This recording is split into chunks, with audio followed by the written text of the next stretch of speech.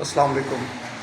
گزشتہ 10 مہینے سے ہم لوگ ایک جنگ دیکھ رہے ہیں جو کہ جنگ کے نام پر نسل کشی ہے۔ جی ہاں، جنگ ہمیشہ دو افواج کے بیچ ہوتی ہے اور یہ ہمیشہ فوجی محاذ پر ہوتی ہے جو کہ شہری اور دیہاتی علاقوں سے عموماً دور ہوتی ہیں، اور یہ شہری اور دیہاتی علاقے وہ ہوتے ہیں جہاں عوام رہتی ہے، عام لوگ رہتے ہیں، اور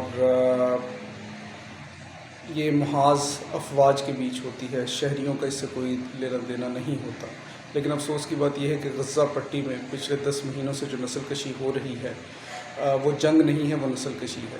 جنگ ہمیشہ افواج کے بیچ ہوتی ہے، شہری اور فوج کے بیچ نہیں ہوتی۔ اس جنگ کے نام پر یہ جو نسل کشی کی جا رہی ہے، اس میں معصوم عورتوں کو، بچوں کو، نہتے مردوں کو مارا جا رہا ہے، ان پر ظلم و ستم کیا جا رہا ہے۔ کہنے کو تو یہ حماس کے نام پر جنگ ہے، لیکن شکار غزہ پٹی کے معصوم شہری ہو رہے ہیں۔